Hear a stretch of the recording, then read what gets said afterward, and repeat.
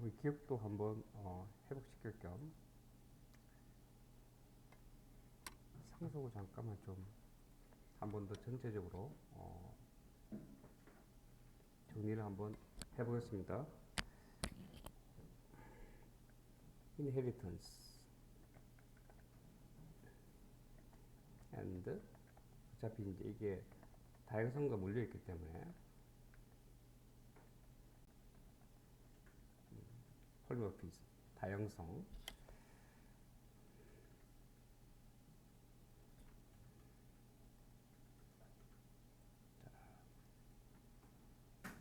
패키지는 제가 두 개 정도를 만들었습니다. 인헤리턴스하고 폴리모피즘 이렇게 따로 해서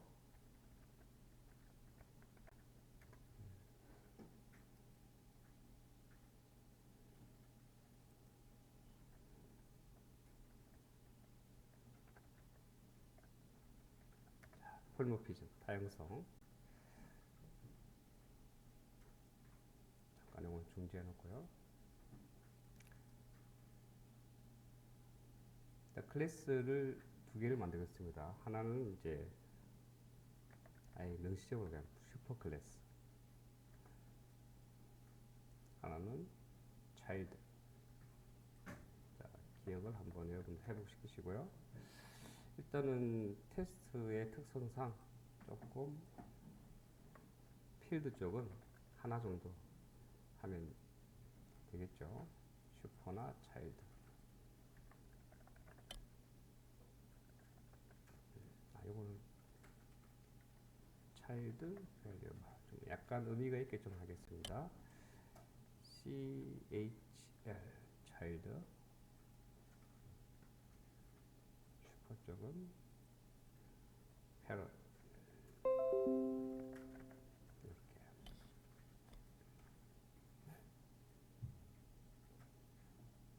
이렇게 구조로 늘 하듯이 그냥 생성자 만들고 게타세트 만들고 그 다음에 그 부모 쪽에는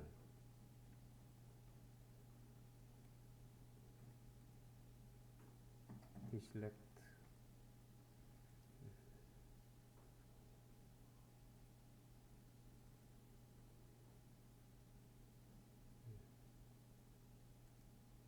게타세트까지만 일단 만들어 놓고 그 다음 설명을 시작하겠습니다. 지금은 둘 사이에 어떤 관계가 있지는 않죠. 그냥 독립적으로 각각 존재하는 클래스입니다. 자, 기본 생성자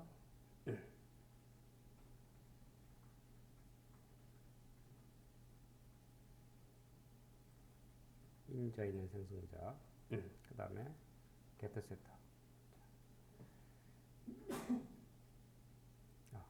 없나? 필드 있는데 제가 게트세터를 먼저 만들었네요.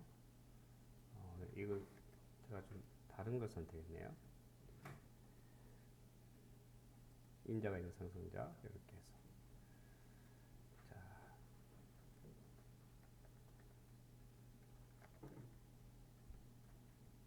차일드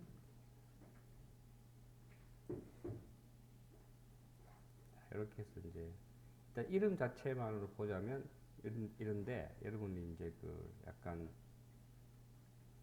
그 중요하게 이제 생각해야 될 게 만약에 보세요. 첫 번째 내가 어떤 클래스를 만들었는데 만약에 내가 기본 선택 안 만들고 이렇게 만들었어. 클래스를 만들 때 이렇게 하죠. 이것도 빼고 내가 만약 클래스 이렇게 만들었어요. 그러면 이제 제가 저장을 딱 하는 순간에 얘가 컴파일 하죠. 왜냐하면 프로젝트 세팅이 빌드를 자동으로 한다 그랬으니까. 만약에 여러분들이 이제 클래스를 만들고 싶지 않고 그냥 일단 소스코드 단계에서만 그냥 확인하고 싶다고 하면 이걸 해제를 하시면 됩니다. 근데 보통은 이걸 해제하는 경우에는 어떤 경우냐면 그 뭔가 프로그램에 이제 문제가 있어. 프로그램에 문제가 있어서 그걸 해결하고 싶을 때 내가 보통 이렇게 클린을 한단 말이에요. 기본 프로젝트를 생성할 때 이제 만들었던 정보들 우리 보통 그 프로젝트 폴더 같은데 가게 되면 join에 제가 시스템 익스플로러에 가보면 자, 프로젝트마다 폴더가 만들어지고 폴더 아래 보면 이렇게 점으로 시작하는 파일들 있죠. 또는 세팅들 이런 것들 각종의 이제 프로젝트에 관련된 설정된 정보들이거든요. 이런 정보들이 싹 다 지워져야 되는데 이 문제가 뭐냐면 나는 일단 깨끗하게 지워놓고 다시 한번 더 코드 정리를 한 다음에 쓰고 싶은데 만약에 프로젝트에 빌드 오토매티컬이라고 되어 있게 되면 내가 지금 삭제한다 하더라도 다시 이전 정보를 복구시킵니다. 그렇기 때문에 깨끗하게 지우고 특히 이제 뭐 파일만 소스 파일만 필요하다든지 옮길 때도 마찬가지고 지금은 보면 여기에 빈 폴더에 이렇게 클래스가 자동적으로 생성이 되어 있죠. 여기는 아직 아무 코드 없고 그죠? 이렇게 자동으로 내가 저장하자마자 클래스 파일이 생성이 되고 그냥 실행하게 되면 당연히 실행됩니다. 물론 이제 해당되는 클래스 내부에 메인 메소드가 존재할 때, 즉 실행 클래스인 경우죠. 자, 여기 일단 실행 클래스를 하나를 만들어 보겠습니다. 실행 클래스를 만드는 이유는 자, 우리 보통 요거 일단은 차일드가 이놈이죠. 슈퍼 쪽에서 제가 이걸 막아놨어요. 그 경우에 어떻게 돼? 이게 컴파일 내가 빌드 오토매틱ally 세팅 해놨다면 실제로 어떤 컴파일러가 만들어낸 점 클래스 파일, 즉 실행 클래스 파일이라고 하는데요. 그러니까 실행이 될 수 있는, 객체화 될 수 있는 클래스 파일인데 이 코드가 자동적으로 들어간다는 거예요. 컴파일할 때. 그렇기 때문에 여러분들이 기본 생성자는 만들지 않더라도 여기에 그 실행 클래스에서 해당되는 기본 클래스를 객체를 만들 때 이 가능하다는 거죠. 또 생성자 없는데 사용자 정의 데이터 타입이잖아요. 이거는 미리 자바 컴파일러가 모르는 겁니다. 그럼에도 불구하고 생성자 호출이 가능하다는 겁니다. 왜 가능하냐? 자바가 컴파일할 때 이 코드를 삽입해 주니까. 물리적으로 실제로 삽입이 됩니다. 그냥 제가 삽입된 걸로 합시다 이게 아니라 실제로 해당되는 이 라인의 코드가 해당 파일에 클래스 파일에 생성돼서 컴파일 돼서 들어간다고요. 그렇기 때문에 실행 클래스에서는 객체를 만들 수 있고 만들 수 있기 때문에 여러분들이 만약에 임의에 하나 예를 들어서 특정한 어떤 메소드를 여러분들이 만들잖아요. 예를 들면 그러면 그 메소드를 실행시킬 수 있습니다. 근데 사실은 이러한 어떤 메소드를 여러분들이 사용을 하려면 당연히 메모리에 올라가고 올라갈 때 이 객체가 힙의 영역에 들어가 있어야 돼요. 지당하게도 그게 가능해야 됩니다.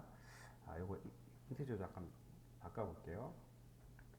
필드를 좀 리터널 하는 걸로 가정하고 지금은 아무런 값이 없겠죠.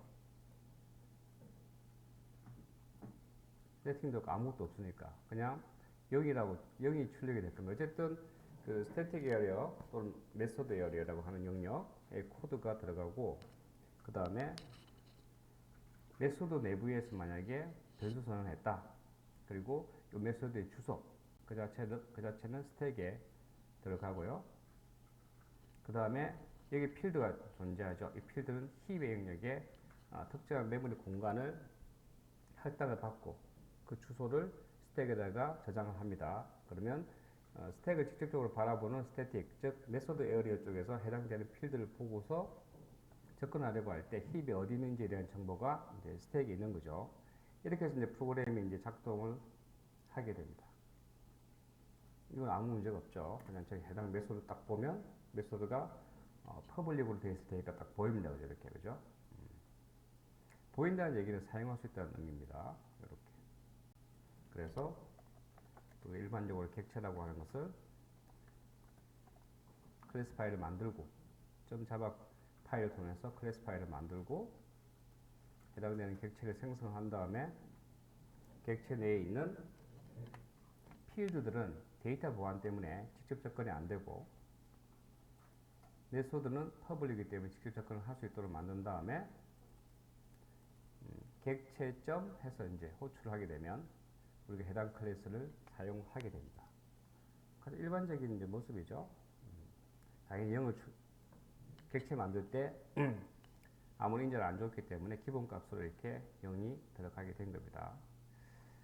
자, 근데 이제 일반적인 구조는 제가 얘기했죠. 필드, 생성자, 그다음 메소드. 여기는 지금 이제 일반 그 메소드죠. 일반적인 메소드. 근데 보면 생성자에 들어가 보면 슈퍼라고 하는 게 보입니다. 사실 여러분 눈에 보이지 않지만 자바는 단일 상속이죠. 그래서 익스텐드를 만약에 쓸 경우에 내가 부모로 모시고 싶은 애를 세팅하고 싶을 때 여기 오른쪽에 부모 클래스를 명시하게 되어 있죠. 그게 상속이죠. 근데 아무것도 없는데 슈퍼를 부른다. 그러면 얘의 부모가 또 있다는 얘기죠. 그러니까 단일 상속이긴 한데 이렇게 이게 눈에 가려져 있고요. 그 다음에 내가 사용자가 임의적으로 추가하는 부분이 콤마처럼 들어가 있는 겁니다. 이거 단일 상속이라며요. 예, 이거는 보이지 않습니다. 그 차이. 그렇기 때문에 여기서 말하는 슈퍼는 오브젝트라고 하는 부모 쪽. 그래서 상속을 받도록 되어 있고요.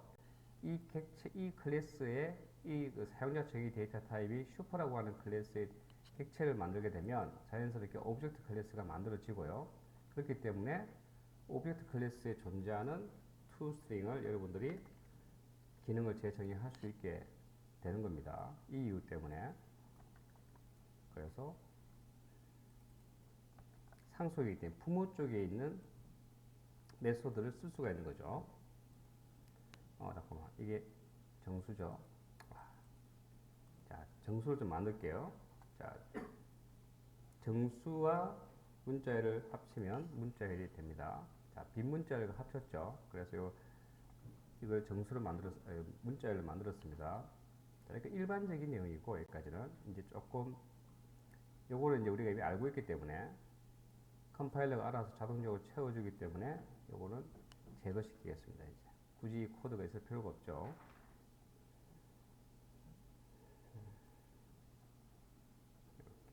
좀 추가된 것들이 많은데, 요거는 뺄게요. 자, 이렇게. 마찬가지로 다시적도 이렇게 빼겠습니다. 그게 필요 없으니까. 그리고 부모가 오브젝트 클래스가 있으니까 마찬가지로 toString 하나 해서 이게 텔레바우프스 워낙 만들어둔 게 많다 보니까 그죠? toString 해서 여기 있는 컨트롤 시프트 O를 해서 필요 없는 임포트를 삭제하고 차일드 투두 같은 경우는 여러분이 나중에 보통 하나의 메소드나 클래스를 만들다 보면 좀 그런 경우가 있습니다. 이게 초반에 설계되어 완벽하게 만들어지지도 않고요. 언제든지 변경할 수 있는 여지가 존재하기 때문에 그 경우에 보면 이제 제거하겠습니다. 자, 여기서 구조를 봤을 때 우리가 보통 여기 런메인에 해당되는 여기서 저희가 특정 클래스의 객체를 생성해서 사용하죠. 그래서 이 클래스에 대해서 이 클래스는 우리가 클라이언트 클래스라고 합니다. 그렇기 때문에 그 객체를 만들 수 있는 거 없는 건 상당히 중요하죠. 근데 우리가 여기서 이제 부모 클래스를 얘기할 때 부모 클래스의 후보가 될 수 있는 게 우리가 일반 클래스. 그냥 클래스예요. 아무런 예약어가 들어가 있지 않은 거. 특수 클래스가 두 개가 있다고 그랬죠. 추상 클래스. 그 다음에 인터페이스. 인터페이스도 클래스입니다. 이걸 여러분들이 오해하시면 안 되는데요. 필드가 없을 뿐이죠. 그냥 메소드의 선언만 되어 있는, 즉 메소드 브래킷을 가지고서 define, 즉 정의가 되어 있는 게 아니라 메소드의 선언만 딱 되어 있는 그런 모습을 띠고 있는 메소드들만 모여 있을 뿐이지 얘도 클래스입니다. 클래스. 일반적인 의미의 클래스가 아닐 뿐이죠. 추상 클래스도 마찬가지 클래스인데 얘는 뭡니까? 추상 메소드가 하나라도 있다면 하나라도 그래서 만약에 그러면 구현 메소드가 있다면요 상관없어요. 구현 메소드가 몇 개 있든 상관없이 추상 메소드가 하나라도 있다면 얘는 추상 클래스가 되고요. 우리가 예약으로서 abstract라고 하는 것을 클래스 앞에 붙이죠. 또는 메소드에도 저희가 abstract를 붙입니다. 자, 그런 경우에 클래스를 우리가 추상 클래스라고 하고, 이 두 클래스의 특징은 뭐냐? 스스로 니은 전자를 이용해서 객체화 시킬 수 없다는 거. 그게 답니다. 자, 현재 여기서 좀 상속을 저희가 한번 만들어 볼게요. 자, 요 차일드라고 했으니까 부모를 지정해 주는 게 좋겠죠. 그래서 부모를 지정을 해주겠습니다. 부모를 슈퍼. 아, 이거 페런츠라고 하는 게 조금 더 맞겠죠. 이름 명칭이 제 차일드로 해놨는데, 얘를 이름을 리팩트해서 이름을 좀 바꾸겠습니다. 페런트. 부모. 여기 조금 더 자연스러우니까. 자, 부모. 자, 부모라고 하는 것을 이제 지정을 해주게 되면, 이때부터 이제 발생되는 일은 뭐냐? 여기 아까 우리가 보면 슈퍼라고 들어간 파트가 있었죠. 슈퍼. 상위. 자기 자신의 부모 클래스의 객체를 생성해 준다고 그랬죠. 언제요? 자식 자신의 여기에 생성자가 다 종료가 돼야지만이 차일드의 객체가 생성이 되는데, 이 이전에 슈퍼라고 하는 게 이렇게 들어가서 부모 쪽에 있는 얘를 호출한단 말이죠. 그러면 얘는 또 내부적으로 어떻게 합니까? 또 슈퍼가 있어요. 현재는 뭐 지정된 이게 부모가 없기 때문에 당연히 오브젝트 클래스의 객체를 만듭니다. 이렇게 순차적으로 쫙 이어지는 거죠. 그러면 실질적으로 보면 우리가 그 메모리상에서 구조를 봤을 때 맨 처음에 생성되는 객체가 바로 오브젝트의 객체입니다. 오브젝트의 객체가 메모리에 자 1111에 생성됩니다. 그 다음에 페어런츠에 요 필드 있죠. 필드가 이렇게 들어가죠. 위치는 똑같습니다. 그 다음에 차일드 이렇게 들어가. 그래서 여기는 차일드 CHLVAL이라고 하는 게 할당에 대해서 값이 들어가고요. 여기는 PAR, VAR 이렇게 들어가고, 오브젝트에는 각종 이제 필드들이 존재하는 그 필드들이 여기에 선언돼서 정의가 되어 있을 겁니다. 이런 구조로 들어가 있죠. 그 자식도 여기를 가리키기 때문에 결과적으로 여기에 맨 마지막에 나오는 차일드라는 애가 전체를 다 감싸고 있는 거죠. 그리고 페어런츠 클래스가 여기를 감싸고 있는 거고요. 그러면 오브젝트가 여기를 감싸고 있어요. 이렇게. 이런 구조가 될 때 당연히 차일드의 객체인 경우에는 전체 영역을 다 감싸고 있기 때문에 자신 내부에 가지고 있지 않은 필드 또는 메소드를 자기 것처럼 쓸 수 있습니다. 자기 영역 안에 있으니까. 자기 전체 영역은 이거거든요. 자, 자기 전체 영역은 이것이기 때문에. 단, 이제, 이런 문제점이 있죠. 어떤 문제가 있냐면, 별도로 나누어진 클래스들 사이에는 보완이 필요하다. 애초에 그게 자바가 클래스를 만들 때, 해당되는 필드가 다른 쪽에서 그러니까 다른 쪽에서 쓰지 않고 특정 그룹 단위로 이렇게 필드를 묶어두고 싶은 겁니다. 이것은 어떤 용도의 데이터를 담기 위한 변수다. 그게 이제 클래스 안에서 필드죠. 그 유사한 해당되는 뭔가 이것을 이름을 줄 수 있는 게 없을까 해서 클래스라고 하는 게 등장했고 거기에 이름을 부여한 것이기 때문에 기본적으로 다른 클래스가 또 다른 클래스의 필드에 바로 접근하는 것은 문제가 있다는 얘기죠. 근데 문제가 되는 게 항상 그 해당되는 클래스는 자기 스스로는 사용될 수 없습니다. 실행 클래스나 또는 또 다른 클래스에서 이 객체를 생성함으로써 이 객체가 사용이 될 수 있는 거죠. 그러다 보니까 이제 문제가 이제 되는 거죠. 그럼 여기에 기본적으로 아무것도 안 쓰거나 또는 퍼블릭으로 쓰는 경우에 이 생성한 객체점 해서 요 필드에 바로 접근할 수 있게 되는 문제가 생기고 이것은 애초에 자바가 피하려고 했던 겁니다. 함부로 접근하지 마 이거죠. 그러니까 쪽 클래스에 있는 것은 네 것만 써라 이 의미거든요. 그리고 우리가 데이터 인캡슐레이션, 데이터 시큐리티, 클래스의 보안이라고도 하고요. 그런 여러 용어로 쓰게 됩니다. 근데 이거 그러다 보니까 어떤 문제가 생기느냐? 외부에서 이 클래스의 객체를 만드는 건 괜찮아. 근데 만들었을 때 객체 이름으로 직접적으로 여기를 접근하게 하면 안 되기 때문에 우린 별도로 이 값을 접근할 수 있는 메소드를 제공하겠다는 거죠. 그래서 메소드는 일반적으로 퍼블릭이다.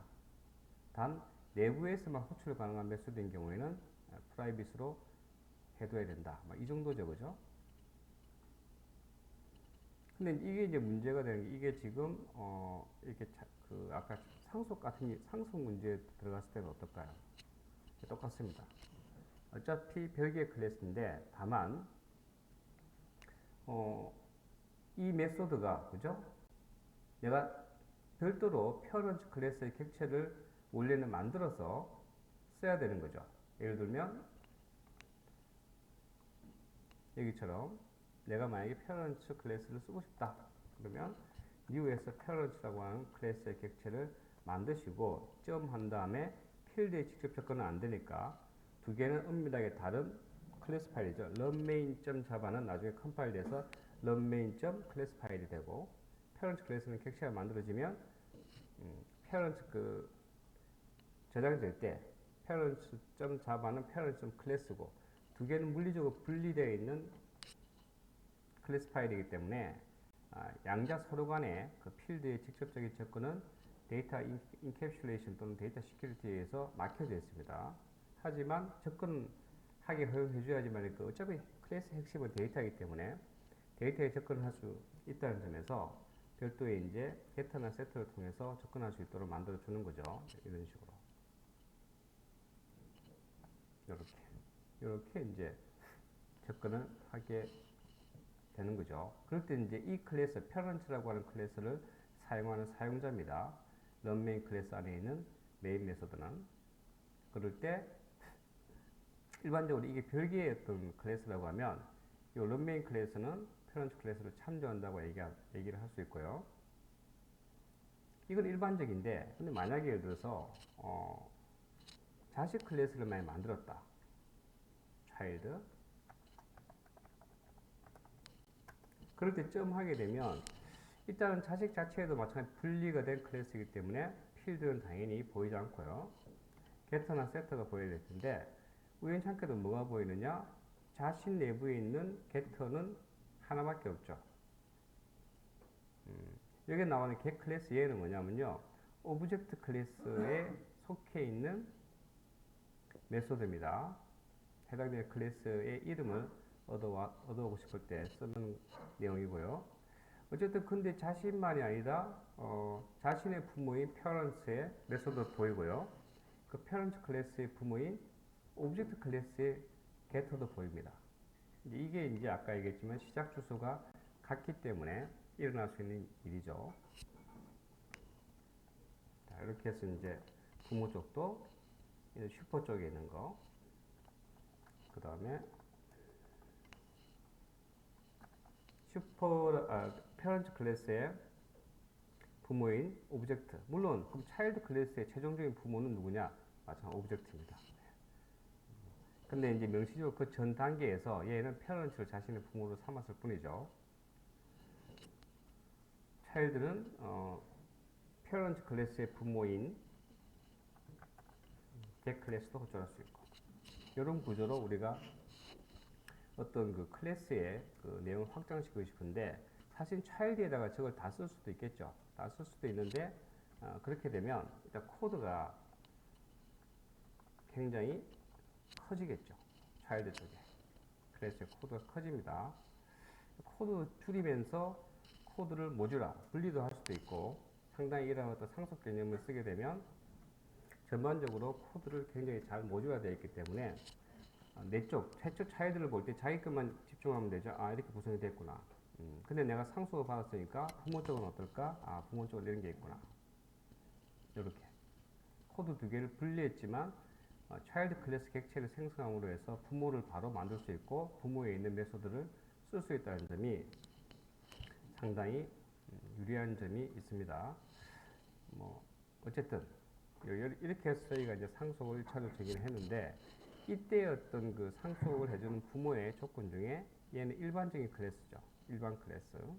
그 두 개의 구조는 정확하게 일치합니다. 여기 잘 보시면 하나 차이점은 뭐냐면 얘는 지금 둘 다 오브젝트를 분모로 가지고 있기 때문에 이렇게 출력을 하고 있는데 이거 잠깐만 이렇게 되면 어떻게 이런 테스트를 해보질 않았는데 자, 이렇게 했을 때 자, 여기 지금 차일드 클래스의 객체를 잠깐 만들어 보겠습니다. 객체를 생성하자마자 생성된 객체를 출력을 해볼게요. 자, 객체 출력하는 역할을 담당하는 게 바로 toString이라고 하는 오브젝트 클래스에 존재하는 객체 출력용 메소드인데 이 메소드는 객체를 출력하려고 하면 자동적으로 작동하는 클래스입니다. 자, 지금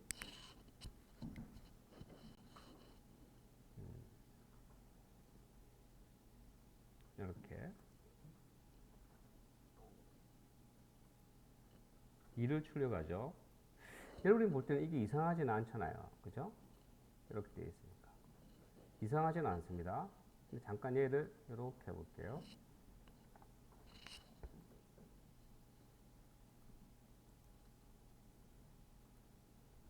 일이죠. 좀 이상하지 않나요?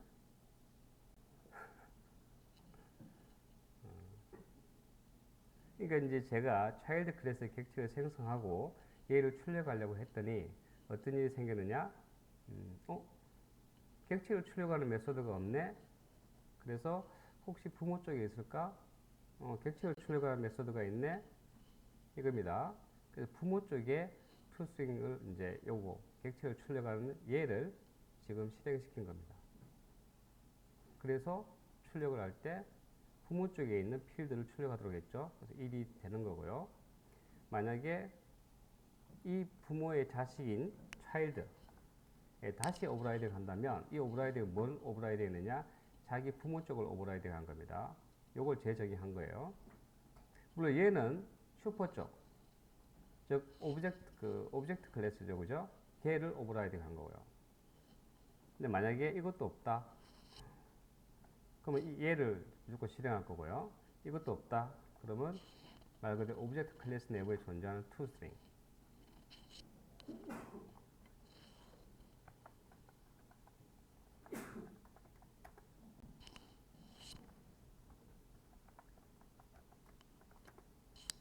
인 얘를 호출한다는 거죠. 객체 출력하고 싶을 때. 그러면 풀패스 그 다음에 숫자값 여기 위치값이라고 그랬죠. 힙에 내가 필드가 저장되는 시작 공간의 첫 번째 주소 이렇게 하게 되면 우리가 이제 예상할 수 있는 바 그런 형식으로 출력을 할 겁니다. 이렇게. 그죠?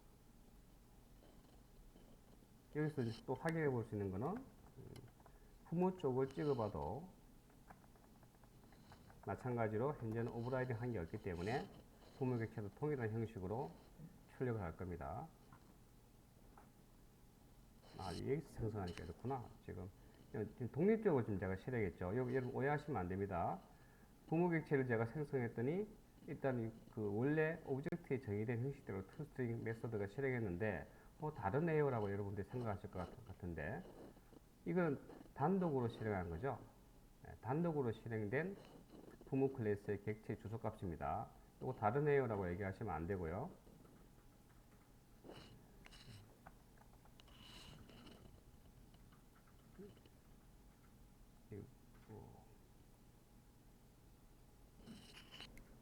이걸 그러면 바로 출력해 보면 좀 그런가? 부모 쪽에 지금 생성자 호출 앞단에서 안 되는구나 이거는. 제가 예전에 이제 테스트 했지만 요거는 이제 페어런트 쪽에다가 저희가 해당되는 자신을 찍도록 만들어야 하겠죠, 그죠? 보통은 이것은 이제 생성자를 자동적으로 이제 넣어주는데 명령문 자체가 지금 부모 쪽이 먼저 실행이 되고 부모 쪽 객체를 이제 하는 걸로 되어 있기 때문에 여기서 바로 접근할 수 있는지 잠깐 확인해 보겠습니다. 지금 부모 객체를 여기서 바로 접근할 수 있나? 여기서는 바로 접근할 수가 없죠.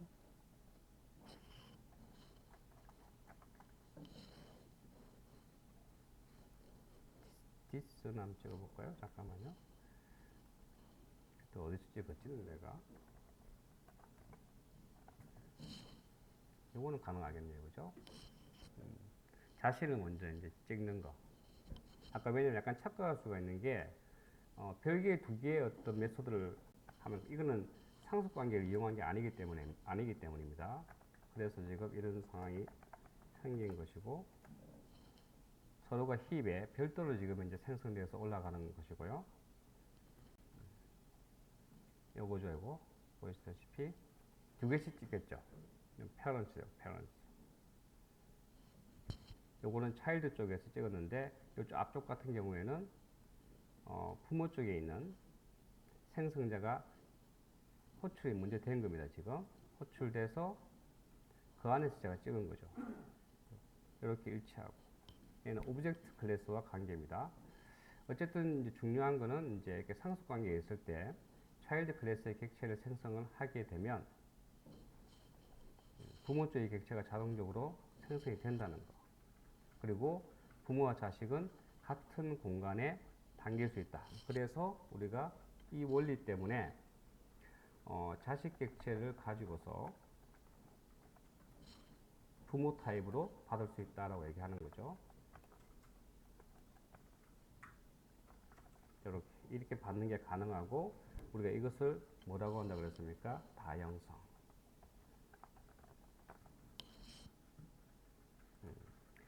근데 저희가 일반 클래스를 이용해서 저희가 보통 이제 이렇게 부모로 만들 때는 문제점이 뭐였냐면요. 만약에 자식 쪽에 일단 이 오버라이딩 원리를 회복시켜 놓겠습니다. 이것도 없앨게요. 없애고 자식 쪽만 객체 출력용으로 남겨 놓겠습니다. 자, 우리가 이제 이런 상황이 이제 생겼을 때 하나 이제 의문점이 들 수 있는 게 만약에 예를 들어서 자식 쪽에서 지금 요거는 뭐 to string을 단순하게 재정의했을 뿐이고 여기 뭐 특별한 건 아니죠. 이것도 뺄까요? 여러분 헷갈리지 않게 좀 설명이 좀 이해가 필요하니까 빼고 내가 만약에 여기다가 나만의 메소드를 만든다. 제가 저기 페어런츠에는 뭐 하나 만들었나요? 안 만들었죠? 안 만들었네. 만약 내가 나만의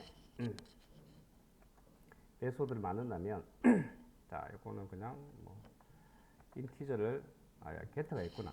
게터가 이건 또 별도죠.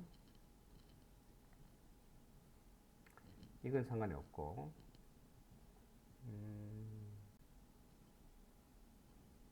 이것도 뭐 가능하겠네요. 자, 이렇게 내가 부모 객체로 받았을 경우에 두 개가 시작 위치가 있기 때문에 문제가 없는데 만약에 페어런츠 쪽에 내가 이 타입으로 받은 이 객체를 점을 했을 때 get을 해보면 불행하게도 부모 거는 보입니다. 그죠? set도 마찬가지. 부모 거는 보입니다. 왜냐하면 또 똑같은 얘기지만 여기에 힙에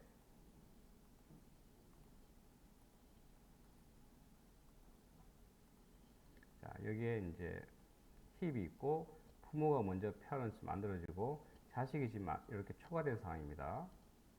근데 주소는 부모나 자식이 공유하기 때문에 자식 객체로 만든 이 주소 값은 부모가 받을 수 있습니다. 그리고 부모는 부모 이름으로 어떤 메소드에 접근할 수가 있는데 불행하게도 부모는 자신의 영역만 접근할 수 있습니다.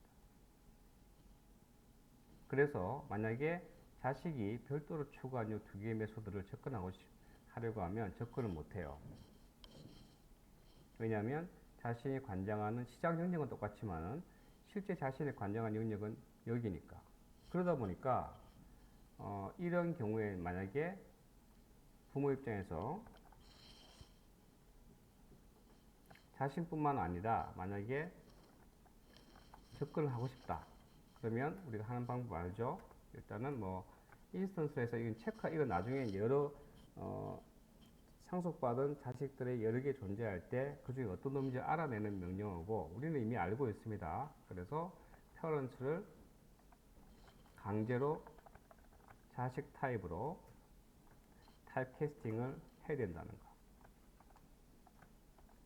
그렇게 하게 되면 개수를 하면 이제는 자식 쪽으로 왔기 때문에 자신은 당연히 접근할 수 있고요. 자신은 부모를 확장한 개념이기 때문에 부모 쪽도 당연히 접근할 수 있죠. 그렇기 때문에 이제는 이렇게 타입캐스팅을 명시적으로 할 경우에는 자식 쪽도 부모 쪽도 둘 다 가져올 수 있다는 거죠. 이게 다행스럽다고 뭐 생각하실 분도 있으실 것 같은데, 솔직히 매번 우리가 다양하게 어떤 다양성을 써서 여러 클래스들을 우리가 활용을 할 텐데, 즉 상속관계를 통해서 활용할 텐데, 일반적인 우리가 말하는 클래스 같은 경우에는 대개 상속을 잘 안 씁니다. 일반적으로. 왜 안 쓰냐면 지금 같은 이런 문제 때문에. 그럼에도 불구하고 이것을 써야 되는 상황이 분명히 있기는 있습니다. 아까도 얘기했지만은 하나의 부모 클래스가 있고 그 부모 클래스로부터 상속받은 다양한 자식 클래스가 있을 때 그때는 그것을 배열로 내가 담고 싶어요. 그런 방법이 없지 않습니까? 부모로 받아서 부모 타입의 배열을 만들어서 여러 개의 객체, 자식 객체를 담는 방법 이외에는 방법이 없으니까.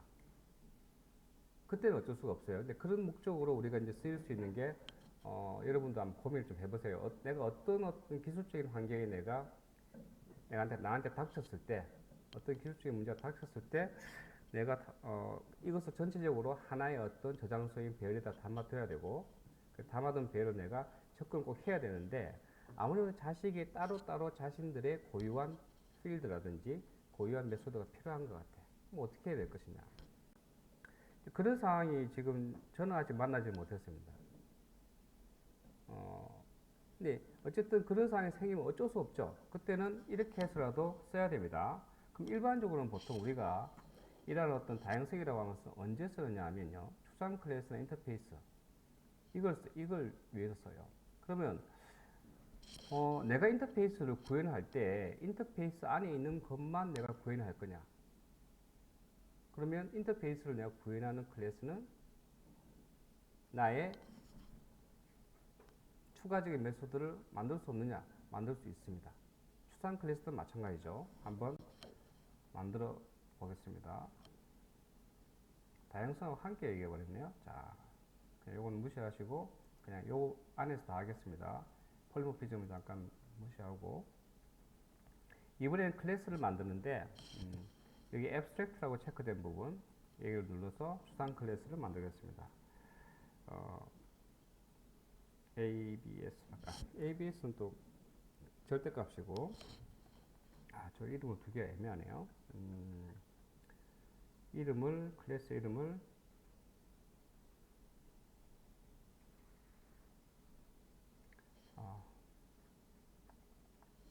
abstract 자체는 이게 지금 abstract가 예약어이기 때문에 좀 그렇긴 한데 abstract parents 이렇게 만들게요.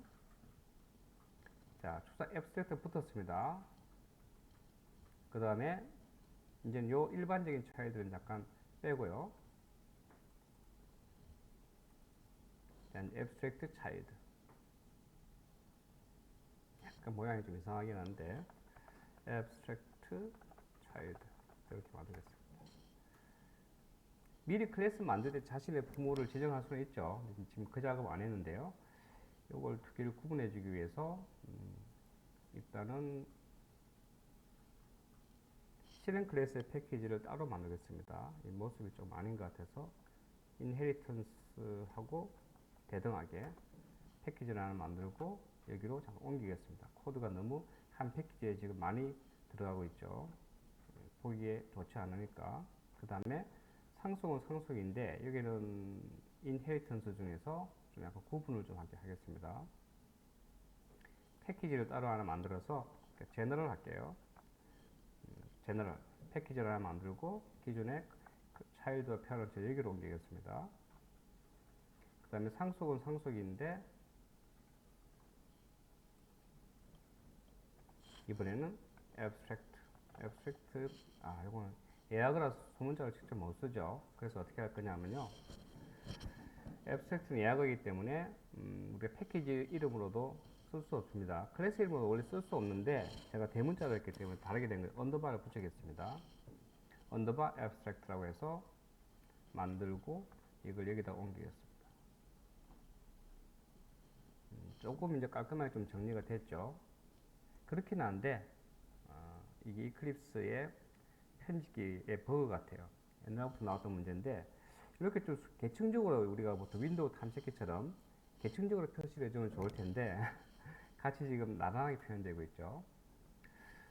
이게 패키지 익스플로러도 그렇고 프로젝트 익스플로러도 마찬가지인 것 같아요. 인헤리턴스 계층적으로 안 내려오죠. 이게 이미 예전에 사라진 내비게이터 지금은 이제 쓰이지는 않습니다. 근데 내비게이터라고 하는 애는 보게 되면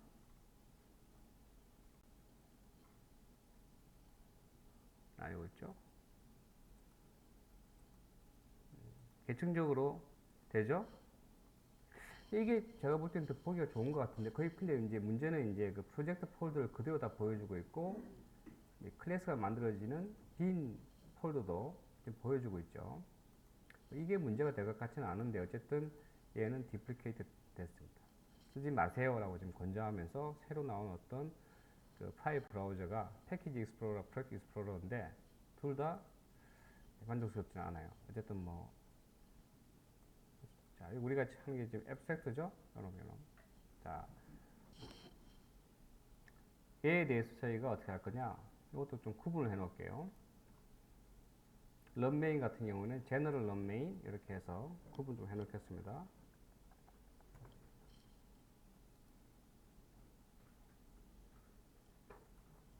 앱스트랙트 자, 이렇게 해서 언더바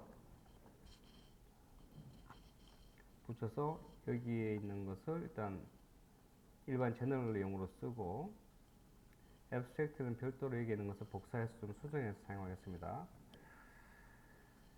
자, 이제 제가 지금 하는 작업들이 이제 다 전부 다 이게 이제 모듈화하는 과정이죠. 머릿속으로 다 상상해서 할 수는 없기 때문에 기본 샘플 코드를 만들고 난 다음에 보통 모듈화를 해서 처리를 하는 경우가 있습니다. 자, 어쨌든 지금 우리가 앱스트랙트라고 하는 패런 쪽에 만들 때 얘는 내부에서 봤을 때요.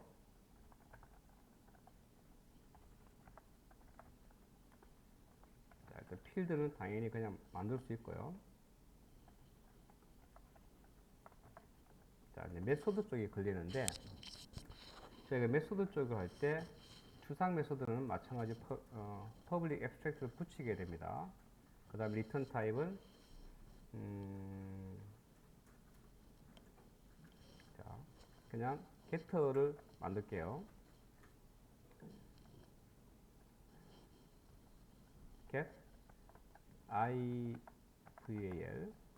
해서 얘는 리턴해서 이것을 리턴할 수 있게. 근데 이게 앱스트랙트가 붙었기 때문에 얘는 자, 이 부분이 저희가 뭐라고 하냐면 메소드의 선언.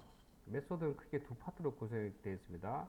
메소드는 저하고 용어를 통일하기 위해서요. 메소드는 declaration이라고 하는 파트가 있고요.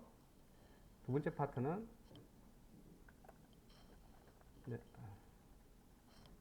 define이라는 파트 있어요. 제가 이제 여러분들한테 보통 얘기할 때 definition 두 개의 파트로 이제 나누어집니다. 메소드라고 하는 것은 자 이렇게 함수의 어떤 리턴 타입 리턴 타입을 제가 하지 않았네요.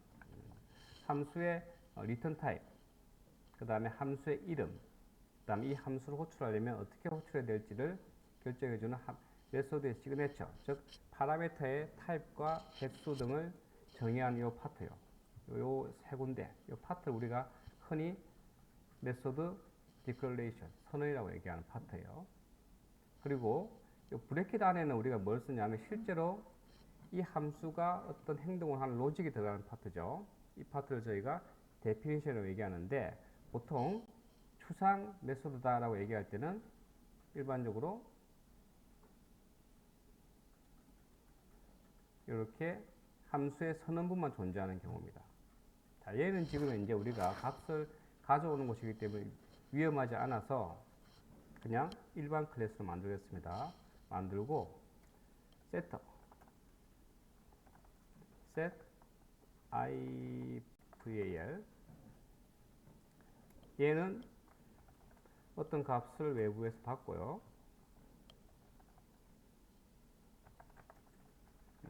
그냥 이렇게 선언만 할게요. 자, 선언만 했기 때문에 이제 얘는 구현부를 만들지 않겠다 했기 때문에 abstract로 만드셔야 됩니다. 이렇게. 그러면 이렇게 해서 문제없이 한 메소드가 선언이 됩니다. 이런 메소드를 선언하고 구현한 거죠. 뭐 그냥 합쳐서 그냥 구현된 메소드다, 구현 메소드 얘기하고 얘는 추상 메소드다라고 얘기를 하는 겁니다. 그래서 내부에 하나라도 추상 메소드가 존재한다면 반드시 해당되는 클래스는 추상 클래스가 되어야 됩니다. 또는 지금처럼 구현 메소드밖에 없잖아요. 필드하고 이 경우조차도 추상 클래스를 예약을 붙일 수 있는데 이 경우는 어떤 경우냐면요. 이것을 직접적으로 객체를 만들어서 쓰지 말고 반드시 얘를 상속받아서 쓰세요라는 의미입니다. 근데 사실은 이렇게 되면 문제가 뭐냐면 상속을 받는다 하더라도 이미 구현된 클래스만 내부에 존재하기 때문에 자식 클래스는 그냥 껍데기밖에 없어요. 무슨 얘기냐? 전부 다 얘가 만들었어. 얘가 전부 다. 여기까지 얘기해볼게요. 자식 입장에서는 이놈이 만약에 extend를 한 다음에 얘는 구현 클래스니까 당연히 이렇게 한 다음에 abstract에서 부모 쪽을 만약에 선택을 하잖아요. 그러면 메소드 오버로딩을 하지 않는 한 얘가 할 건 아무것도 없습니다. 그런데 이렇게 자식을 만들게 되면 뭐는 할 수 있느냐? 적어도 생성은 가능하죠. 자, 자식 클래스를 만들고, 그죠? 생성은 가능해. 그러면 이 시점에 보면 이게 지금 그 추상 클래스라고는 하지, 얘는 추상 클래스는 아니죠. 부모를 예로 가지고 있을 뿐이죠. 그죠? 아, 여기 규칙을 좀 어긴 측면이 있구나. abstract 이게 아니었나? 잠깐만요. 자, 이렇게 할 수 있죠. 그런 다음에 얘가 오로지 접근할 수 있는 거는 부모만 있죠. 이해가세요? get bar, i bar 요거 맞춰하잖아요. 그러면 얘는 그냥 껍데기야. 안에 내부에 아무것도 없습니다. 내부에 아무것도 필요도 없고요. 어디에 있는 클래스죠? 얘는 그냥 이렇게만 쓰는 겁니다. 그럼 이상하죠? 자, 부모 쪽에 추상 메소드라고 만들었기 때문에 얘 자체로는 뭘 못하냐면 객체화 시킬 수가 없습니다. child parents라고 했을 때 strct